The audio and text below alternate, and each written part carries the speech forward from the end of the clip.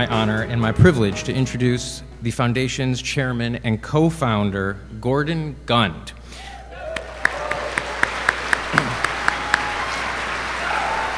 Gordon is affected. There's more. Okay. Gordon has been affected by retinitis pigmentosa for 4 decades, but he has been a true visionary in the quest for treatments and cures. He is the chairman and chief executive officer of Gund Investment Corporation and, of course, was the principal owner of the NBA's Cleveland Cavaliers and part owner of the San Jose Sharks.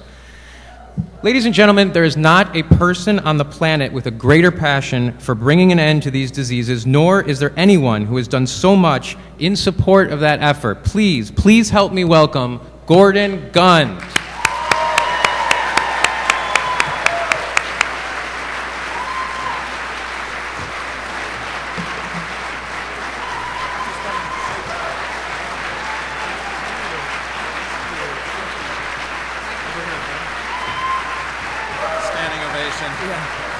Oh, thank you. Thank you. Thank you. Thank you very much. Thank you. Thank you. Thank you very much. Thank you very much. That's a wonderfully warm welcome. Thank you. I really appreciate it, and I'm very glad to be here with all of you. I'm just the next jerk to come up on this stage. As John said, we're all jerks here in this room. Anyway, John, what a great job. That was wonderful, and thank you so much for being our MC tonight. Let's give John a round of applause.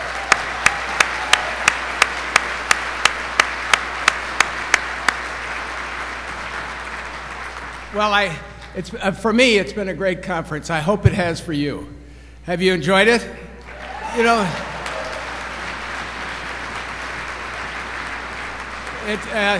it's great, and we haven't even started dancing tonight. But here we are with a lot of breakthroughs and wonderful clinical trial opportunities in front of us.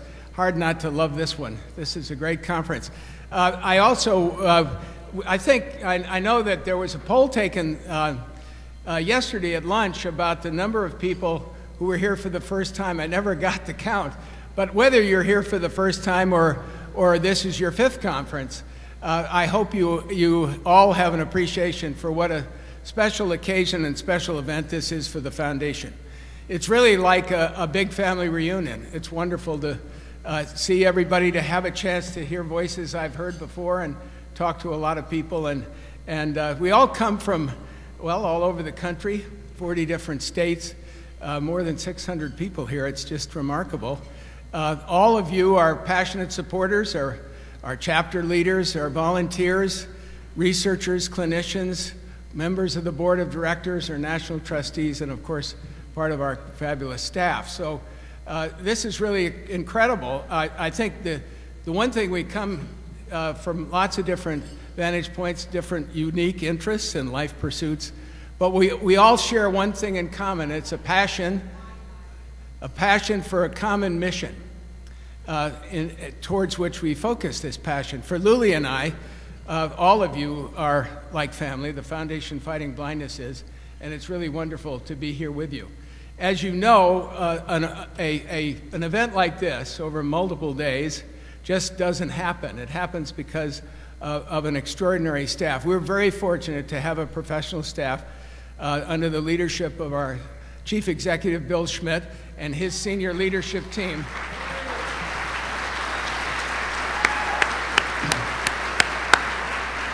Well, and I'd like to especially mention 2 groups. There's Angie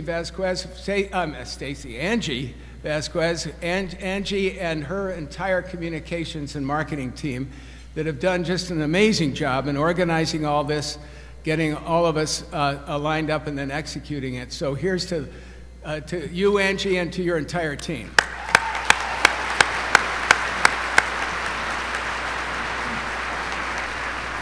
And the other group is, and these are all part of that incredible staff, but the other group is the science department, who's organized and arranged for all of the science presentations we've heard. Just terrific. Thank you, Dr. Rose, and your entire team, too.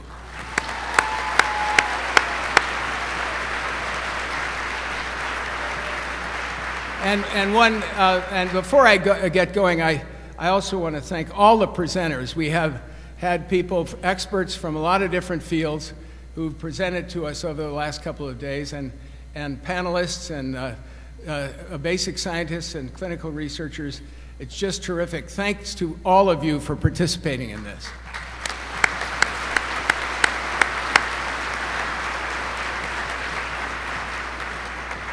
You know, we're here to celebrate, among other things, our 40th anniversary. Of course, I'm not admitting to being part of that. I'm not that old, no. What I'm happy, though, about is that we can do this all together, and what a journey it's been. And I must say it is really, for me, it's very inspiring to be here in a room where people share in this very real passion and commitment and have the drive to take this movement as far as it has come. I mean, you've all been part of this, this tremendous progress in the fight against blindness. But there's one group that without which, if we hadn't, Luli and I hadn't been part of this founding group, and there are many of the original founders here tonight, we wouldn't even have the opportunity to be in a fight if it wasn't for that group. The founding group, I want to introduce many of them who are here tonight and mention all of them. We're very fortunate, and if you'd wait till I finish listing those who are here, and then we'll applaud, and then I'll mention the others too. But we have Bev Berman, we have Danny and Eileen Friedman, we have Harriet and David Finkelstein, and of course my wife Luli, all here tonight. Would you please stand?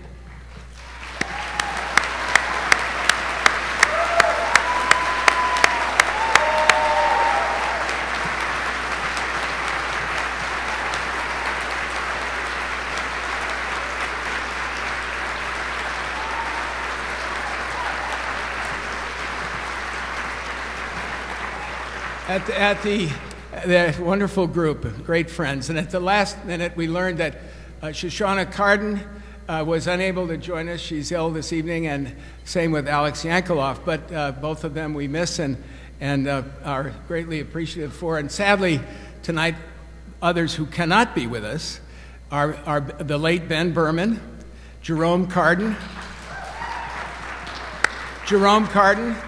Sally and Irv Kushner, fabulous people too, and Dave Gomberoff. So that's the entire group, and let's give them all a round.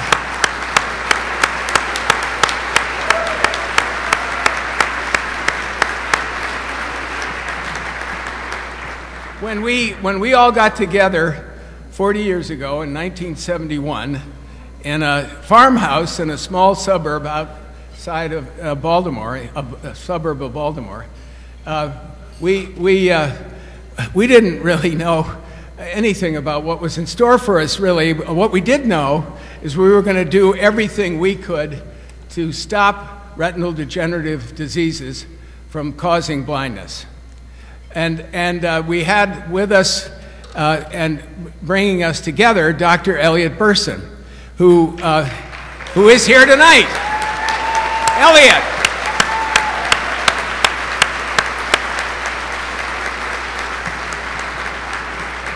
Dr. Burson brought us together and rallied us around an opportunity to make a real difference. In fact, at the time, there was very little. When I was losing my sight in the late 60s, there was no research going on and almost no knowledge about these diseases. So we were really starting from the beginning, and Elliot had the courage and the foresight to develop what is called a multidiscipline laboratory, that is bringing a number of scientific disciplines or specialties together with the clinical researchers to start trying to learn and gain the knowledge about these diseases so treatments and cures could be found. And fortunately, that was the rallying cry we started with. It was our focus entirely to get that lab, the construction, equipping, and operating of that lab funded. And this group, I think, really changed the direction of medical research then, and provided the basis for the tremendous opportunities that have come since and the clinical trials and breakthroughs we've heard about today. So let me just once again, to the founding group and to Elliot, thank you.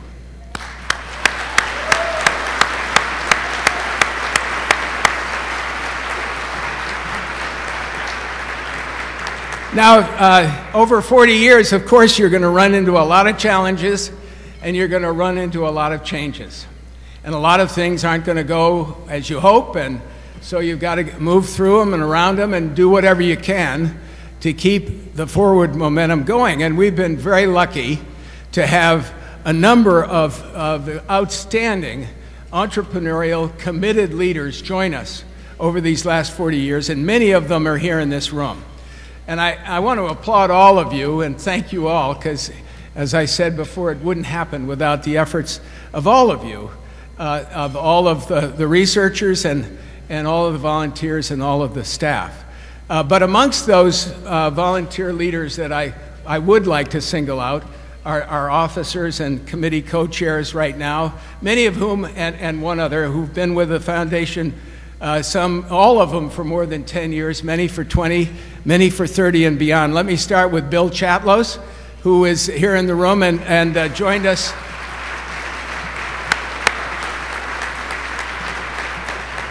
Bill joined us in the mid-70s and provided tremendous wisdom and insight, leadership, and he and his family have been major supporters of the foundation over the years, through not only directly but the Chatlos Foundation.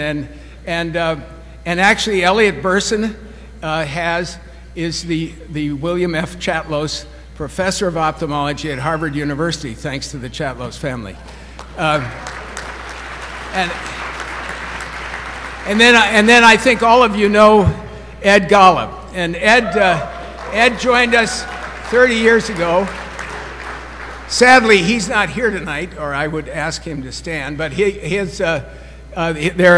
have some illness in their family, and he had to go back. He was here, as you know, yesterday. And then let me go through the officers. There is Jerry Shaw, who's vice chairman, and he and his wife, Debbie, have been involved for more than 20 years. Great leaders of this organization.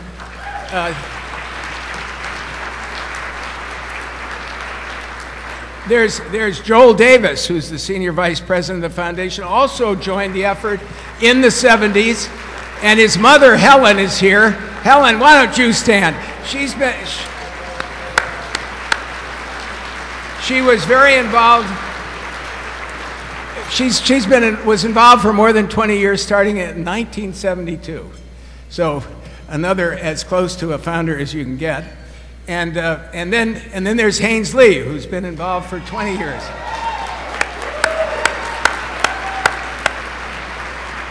Who's just been a terrific leader in this effort, and not only a secretary in the past and treasurer and a vice president, great friend and great leader. Also David Brent, who could not be here but was here yesterday.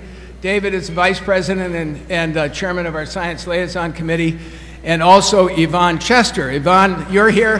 Thank you.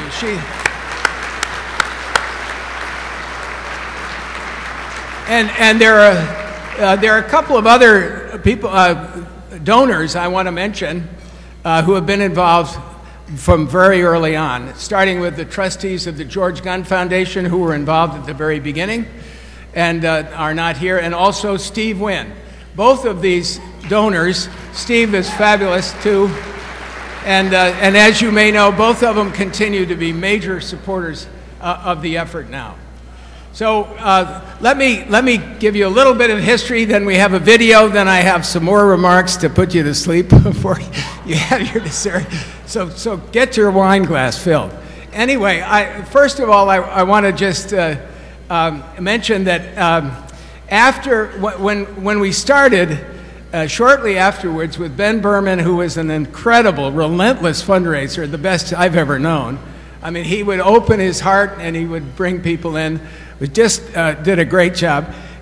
With him leading the charge, and Danny right behind, and many others, we were able to very early on, one by one, bring people and donors into this organization and into our cause.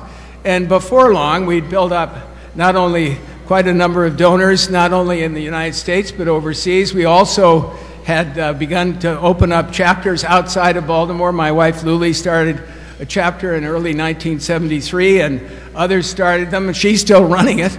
And so soon we began to gain the confidence that not only could we meet the demands and the needs to fund the Berman Gunn Laboratory for the study of retinal degenerations, but also we could start expanding the scope, and we could move on to other research.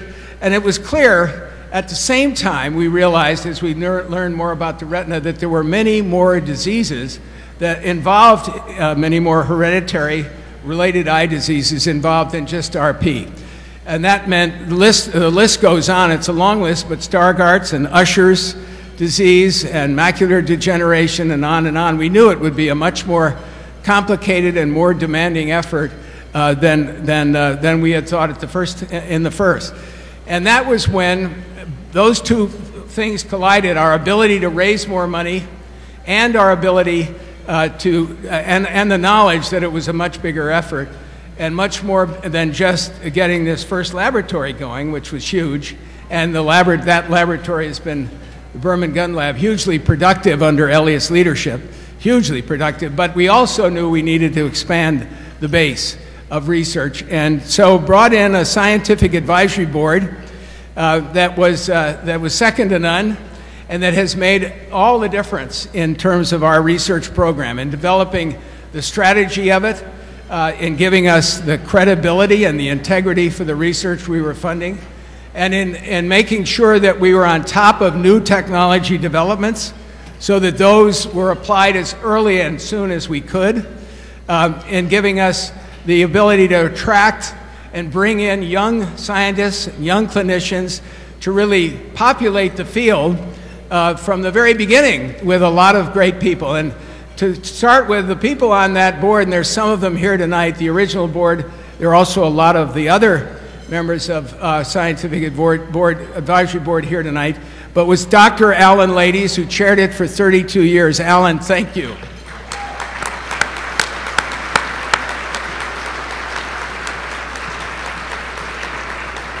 And there are others like Dr. John Dowling, Mort Goldberg, Dr. Joe Hollyfield, Matt LaVale, Gene Anderson, who we honored yesterday, and on and on. I'd like all the members, all the people who are past and present members of our scientific advisory board, would you all please stand and be recognized for the great job you do.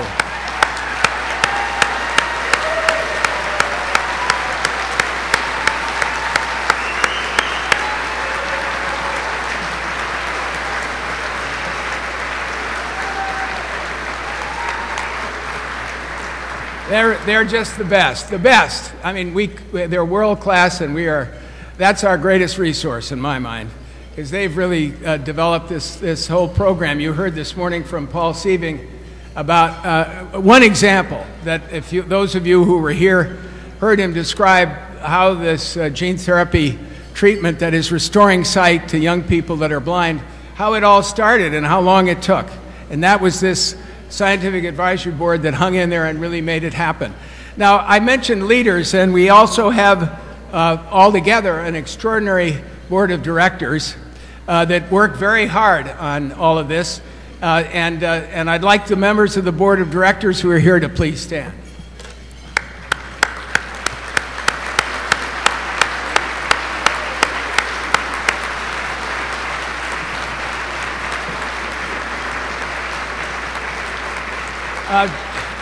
And finally, before we get to the video, let me say that there are some other members of the founders' families. Sally Nurse Kushner's two daughters, Stacy and Susan, and their husbands are here, and we're delighted they're here. And also Gail Berman and her husband. So thanks to you guys for being here.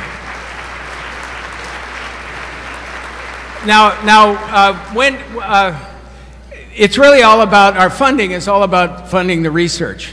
And the research, you've heard about some great breakthroughs and wonderful clinical trials, and the research is the racing car that's going to take us over the finish line. But all of you are the engine that's going to make that car get to the finish line. So I really appreciate all of you being here and the tremendous passion you bring. This video looks at the last 40 years and captures it and encapsulates it. I hope you enjoy it. Please roll the video. It has been said that the impossible is what nobody can do until somebody dreams and somebody does. This is the story of those who both dreamed and did the impossible. This is the Foundation Fighting Blindness. I was told I had a retinal degenerative disease called retinitis pigmentosa. There wasn't a lot known about it then. As my sight was going rapidly, I was willing to do anything to find a way to stop the loss of vision. I tried a treatment in Russia, and it was much different and a horrifying kind of experience to find how run down it was. Their treatment was injections with what they called animal biostimulants all over your body every day, 12 or 15 of them a day. And then they bathed my eyes with some special solution and transduced ultrasound into them. It was clear that after a few days, even though I had almost over 4 weeks to go, that it wasn't going to work. Gordon Gund was not alone, soon discovering that thousands of others, of all ages, were also affected.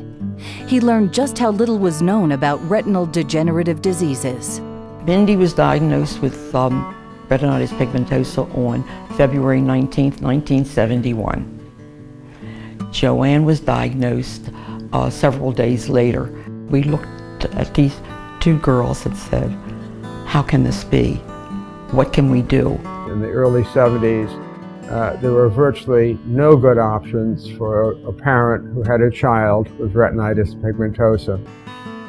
There was inadequate diagnosis, very little understanding of the nature of the disorders, virtually no worthwhile advice on what might happen to a child, whether the disorder would progress once discovered.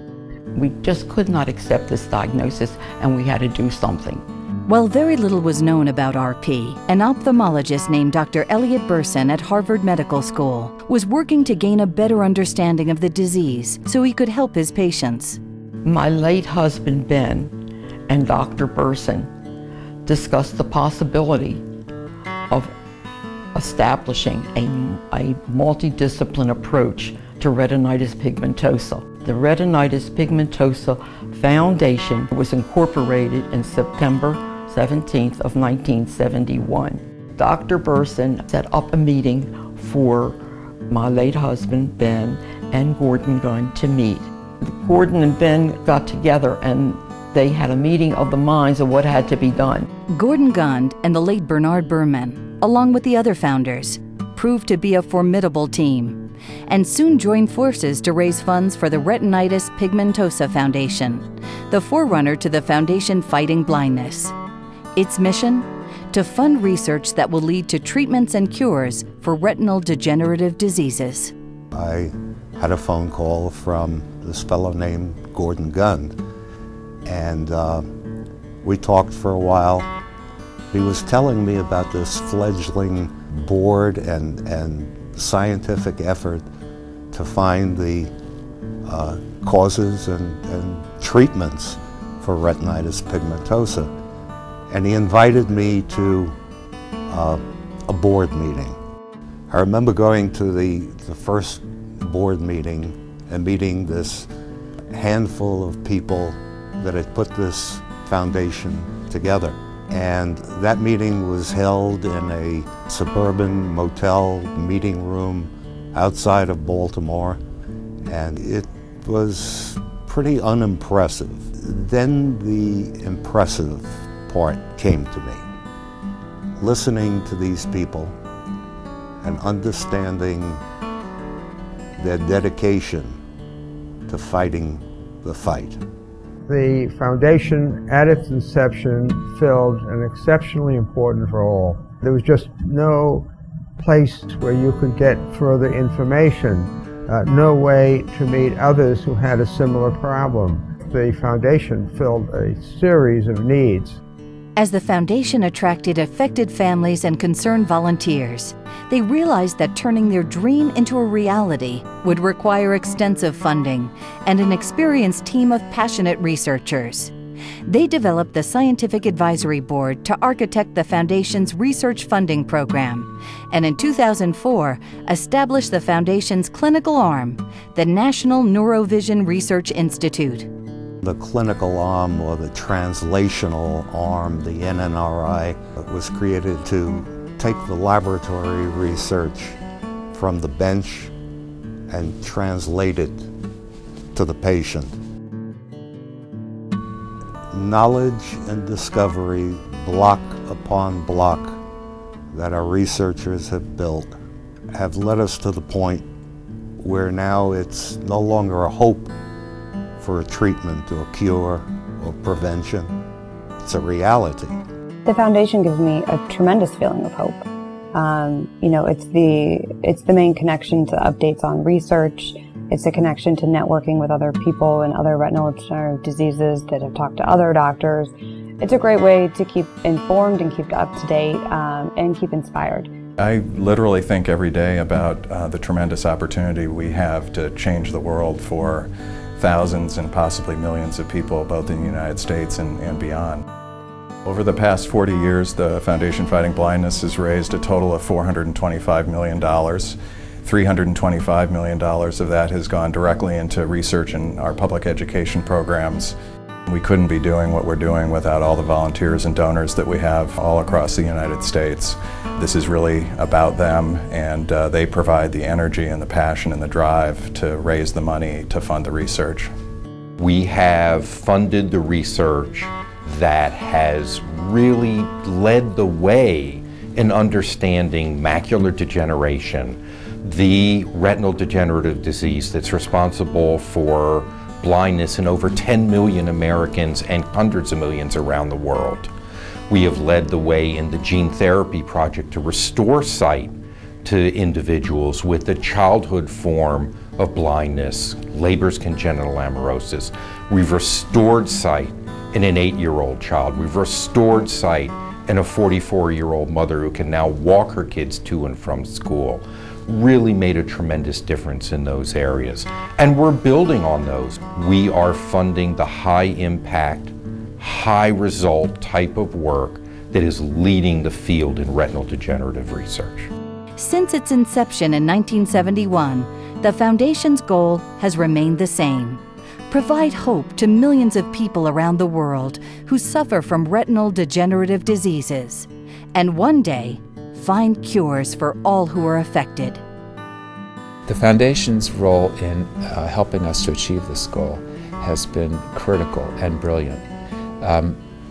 They have leveraged limited resources opportunistically in a way that has kept dying projects alive, allowed projects that are alive with not enough working capital to advance.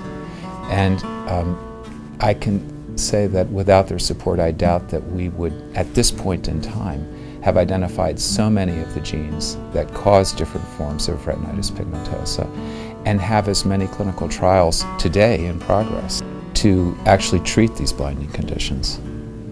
The Foundation is the answer to retinal disease. I mean, the Foundation's the only hope I have of helping my daughters. We're the largest private effort out there to cure these diseases, and if it's going to happen, it's going to happen through us. We know now that we can get it done. We know the time is right to get it done, and it's up to all of us to do it. There's nobody else that's going to do it. We have clinical trials now waiting in the wings to get going. It's going to take a lot of money. We're going to have to work very hard to fund these clinical trials because clinical research costs a lot more money than research in a laboratory. So it's up to all of us to do what we can, because it's really a matter now of how much funding as far as how much time it's going to take to finish the job and find these treatments and cures and go out of business once and for all.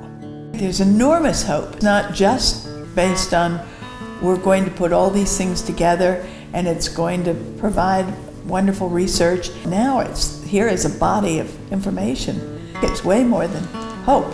It's a reality.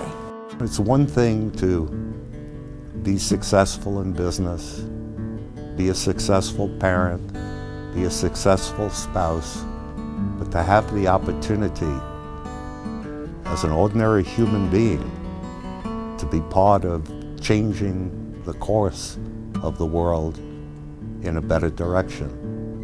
And once these research goals are accomplished, they last forever. So, for me, it's been a life privilege. Thank you for dreaming. Thank you for doing. Because of you, our hope is becoming a reality. We are the Foundation Fighting Blindness.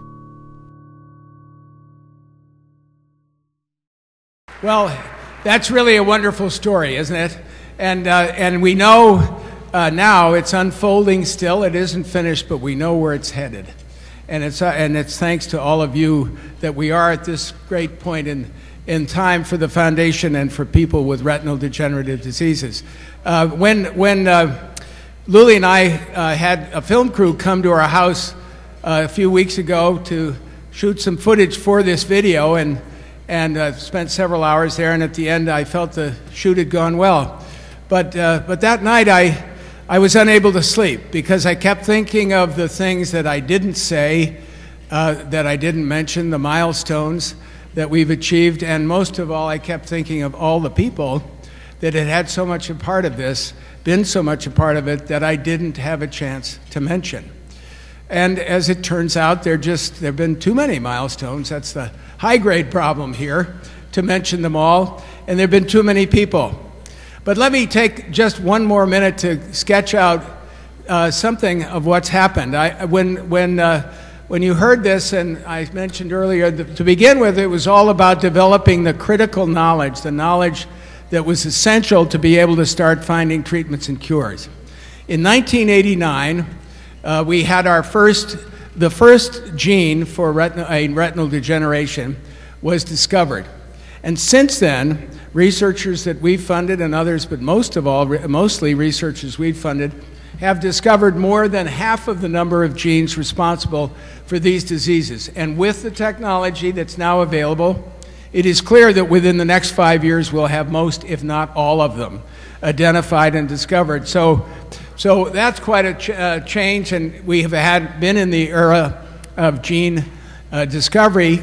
Since then, in 1993, Dr. Elliot Burson published his paper on nutritional therapy using vitamin A, and very successful results, and since then has added to it work with lutein and omega-3 fatty acids.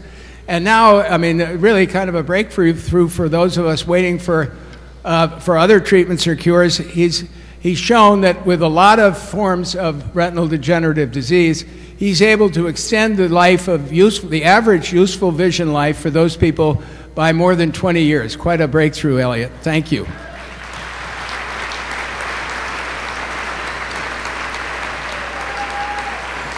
In 1995, our researchers we funded were successful in treating animal models with gene therapy. And you've heard already a couple of times, but it's worth repeating. In 2008, researchers funded by the foundation were able to restore vision to young people and adults who were blind from a severe form of LCA. An amazing miracle. So now it's official. We're in the, after 40 years, we're officially in the era of clinical trials. I mean, it's an amazing time, and one that is, the responsibility, of course, falls to all of us to get more and more people involved. Over the years, that same small group, the small family that we started with, has grown immensely. Today, we have a robust group of a board of directors. We have over 100 national trustees. Here's one for you. We have over 200,000 active members, donors and volunteers around the country. Pretty amazing.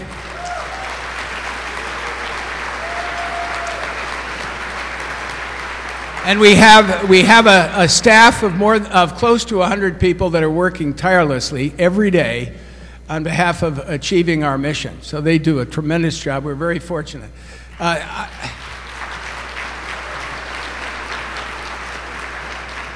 think now our job is to not only maintain but accelerate the energy and the forward momentum towards bringing more clinical trials into the clinic, more of the therapies that are developed in the laboratory into the clinic and then onto the patients that need them. Right now we have 6 clinical trials underway, and latest word I have is that it is believed that at least within the next 4 years we will have at least 12 more clinical trials underway. That's staggering. That really is great stuff. So we have a lot to celebrate tonight. We also need to recognize that it's up to all of us to finish the job. And it's a big job. We've got a lot of work left. Clinical trials are quite expensive, as we all know, and it's not getting any easier to attract venture capitalists into early stage investing these days. So it's really up to us to keep this whole thing moving. We really appreciate the tremendous work of the chapter leaders. We've expanded the chapters, and that's helped expand our funding base. We all need to keep working on that and do even more of that. The more people we can bring in, the faster we can get the job done. The more money we can bring in, and that all relates, the faster we can get the job done. But it really is, the thing that really encourages and excites me throughout all these meetings these last 2 days is that this effort started with an incredible determination and resolve from our founding group. But that same extraordinary resolve and that same commitment and passion exists in this room and amongst everybody who's involved with our effort today. So I know we're going to get there. And I thank you. Hope you have a great celebration tonight. There's a lot to celebrate. We will have, and I hope you enjoy afterwards, our inaugural membership awards program. Thank you very much. It's great being with you.